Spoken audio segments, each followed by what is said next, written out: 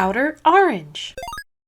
Today, we are going to talk about the results. We got quite a bit to talk about. Houston just happened. I was physically there, but I will talk to you guys about it, sort of what some of the results have been lately. So let's go ahead and get started. We got a lot to go through. WGP Season 4 Indonesia breakdown. A lot of Leonor, by the way. This is set 5 meta Witch Stride decks, and I've mentioned before in the past how Leonor is still performing well, even with all the new stuff keeping in mind. So gotta see how that transitions over. But we have a Raziel, Ava, ODM, Night Rose, Chris Rain. Surprising enough, Chris Rain. I don't know if she gets a new card or not. And then Varga. And then with Raziel taking it all, I truly believe Raziel is very, very powerful. I think this deck's kind of insane. This is coming from someone who doesn't really play it. So like I said, I could be talking out my butt here, but I actually think it's really good. Next we have Ava. Third place we have ODM, and in fourth place is Night Rose. All pretty good decks. The Ava might be a little bit surprising to people. I agree. I think it is a little surprising. I think she has kind of like a deck out issue into some of these longer term decks. Like Raziel is just super, super late game. But I think Raziel is just insane. So the Chiho Cup, this is the Tokushima one. So we've got a bunch of Raziel, Love Address, Varga, Barry, and a couple others going down. A little chaos here I see. And then going into the top 4, looks more like this. It looks like somebody decided to take a different Barry deck. It's the Love, I think, deck. Anyway, so here is Varga, Love Address, Raziel taking it all. Again, very annoying combination. I think I've talked about this exact combination before because I think this exact combination won in the past. So like I said, very powerful. Then we got the Barry Odium going on here. Barry, Chaos, and Raziel. And then we have Varga, DP, and Mygo. Mygo's still performing through and through. I think English is about to get their promo actually. So we're finally gonna catch up in terms of Mygo additions to the deck, which is gonna be really nice because we can brick a little less, and that's really good for the deck. And now that Doji's kind of slowly falling off, I think Mygo can actually still perform well. Mygo's biggest downside was like Blackmire and Doji, but with Doji gone, I don't know, it might still be a deck. But that's basically those results. Let's go ahead and jump into this is Seoul. The Seoul also had a bunch of Raziel, Varga, Odium, Black coming back, and Luard and Love Address. Let's see sort of how that turned out. Odium took it all, Black went second, Luard got third, and then we have the Raziel in fourth. Again, all really powerful decks here. A lot of people really value Odium as well. I'm still not fully seeing the sauce of this deck. I think I just need to like play into it to like fully start understanding it, because I've been watching some gameplay here and there. I'm kind of like, man, like doesn't feel like the best deck in the format, if that makes sense. But I could be wrong. And to everyone that's like really enjoying the deck, I'm not saying it's bad or anything like that. I just don't know if it's the best deck in the format, which is a lot of people do think it's like kind of up there. I'm biased towards Raziel, and not in a bad way. I actually don't like the deck, but I actually just think it's insane. I just think the amount of healing it does is just kind of ridiculous, but that's just me. Like I said, it might be a me thing. I also think Luard's also really good too. Honestly, all 4 of these decks are very powerful. Myanmar to talk about first. So here's Myanmar. Got a bunch of Podil, Luard, Varga, Gandiva of all decks. So Gandiva just had the mask reveal today. Messiah and Leonor. And then what took it all was surprisingly enough El Padillo. Kind of wondering how that turned out. And then we had Luard in second. Again, I mentioned this before. Good deck. Varga and then Gandiva in 4th. Congrats to everyone. All pretty good decks. This is probably the most surprising one in the slot. The Gandiva one might feel surprising too. I actually saw someone play Gandiva in Houston. They didn't do so well, but I actually believe Gandiva can be a little saucy. It's not quite there, but I think it's saucy enough. It's still like a 5-attack deck. It's still really annoying. It still binds your stuff. Some decks don't care about the rearguard binding as much as other decks do. So it's kind of like a 50-50 on that end. But anyway, regardless, that's that. And then we have Premium. Premium's always interesting.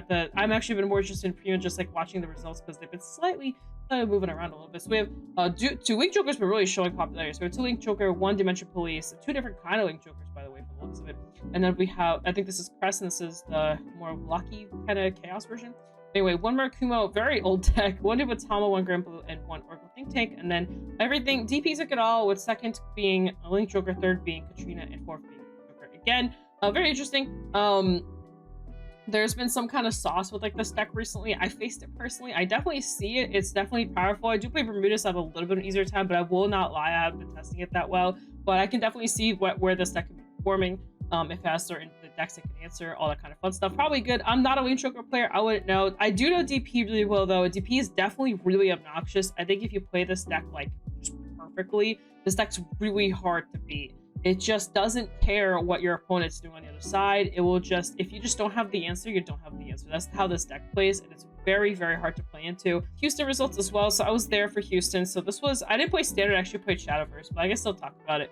From at least from a distance perspective. We have a lot of Shodoji, a lot of Leonor, and definitely I think the top 2 popular decks in terms of like the season currently in season 4. It seems to be the more popular options that people are going into. Blackmire being a very strong 3rd, 2nd, I feel like, and then we have some Nui, Varga. Varga's also pretty popular. I guess the Raziel, Zapodio, Jet, Jetman, and then Zorga, Fennel, Prison, and Kyrie. And then the 16, it looked like this again with Shotodoji and Leonor being split.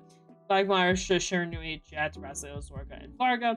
And then top 8. Now this happened with Duluth as well, where like Doji basically just like disappears, and then it's just like one that lives through it. It's like all Leonorn after that. So Leonorn conversion rate has been like insane. Like that's all I'm saying. Like the conversion rate of Leonorn has been really good in my opinion.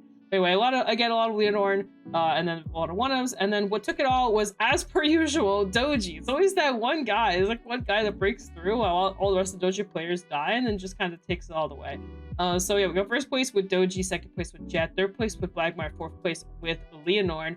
Now the Jet one's interesting. I know some people aren't as keen on Jet. I'm kind of on that slot. I don't think it's the best deck in the format. I don't think it's the worst deck in the format. I think it's a deck you could take and perform well with. I just don't think it's the best deck to take, if that makes sense. I think it's definitely kind of right in the middle, where it's not doing anything crazy, but what it does is just enough to get a win if you have a little bit of luck in your favor. That's how I kind of view the deck. So these are the premium results. I got 17th at this event. I was very sad because my tiebreakers just pushed me out of top 16 because the guy I lost to was like literally in first place. So I was like, damn, that's unfortunate. But it is what it is. I had some people drop like right the round before, and that kind of knocked me off a little bit. So it happens. It literally came down to math, and I was just right there. But it's okay. We got quite a bit of bugs on this side. I was actually very surprised how many bugs players there was. When I was looking at the room, it was a lot of bugs, a lot of DP, a lot of Katrina, which by the way, Katrina did not convert well at all for this event, which is pretty interesting. And there was a lot of DP. That was like the main stuff that I saw everywhere. There was a couple Gize, I think there was 5 total, but it was just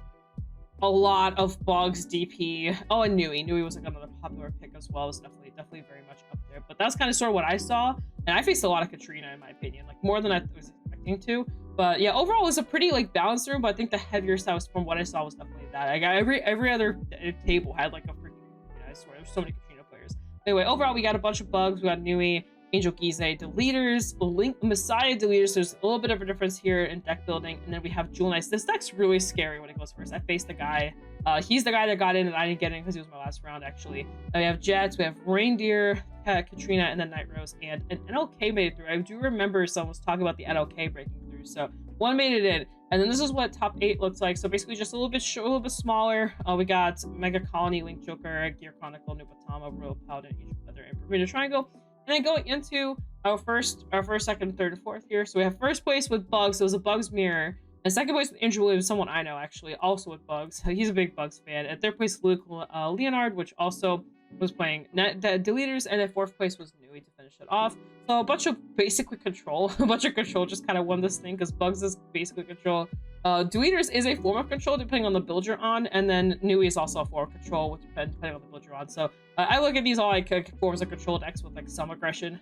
You know, because every Vanguard deck is an aggressive deck, but there's like control aspects in it, right? So that's basically it. Congrats to everyone. I was not expecting Bugs to do this well, but it's good. But I don't think it's like insane. It depends on the matchup it sees. But it's just kind of how it happened. I haven't been playing Premium that much. I actually admitted even on my post when I talked about it, I haven't been playing Premium that much. I went into this format with 0 testing, like literally 0 testing. Like between me playing the shop challenge and me going to this event, I didn't play any games. I was actually teaching my boyfriend how to play Revere. That's all I was doing. I think we're good here. I do have one more thing I want to say, since this is kind of part of events. If you guys are entering these events, by the way, and you're competing and doing all this kind of stuff, they do have like Google Docs per event. Like here's the Duluth one. The Texas one is actually also like down in here as well. There actually is a Texas one as well right here. There's a Texas one as well. So please fill these out. If you feel like there's something you need to talk about the event, whether you're playing Vanguard, Vice, or Shadowverse, you can actually talk about it in here.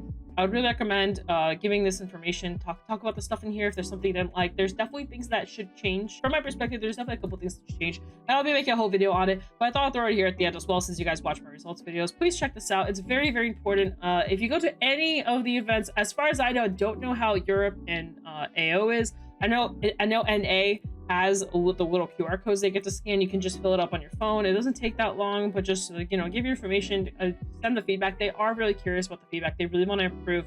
for next year going in. So please feel free to talk about it. So that's all I have left for that. Anyway, other than that, guys, for the guys that shop, CodeOrange, if you need anything, we are going into set 5 pretty soon here, right around the corner in December. So stay tuned for that. You may need some cards. CodeOrange to save yourself some money. And that, guys, peace out. Das vidanios. See you guys in a future video. Bye.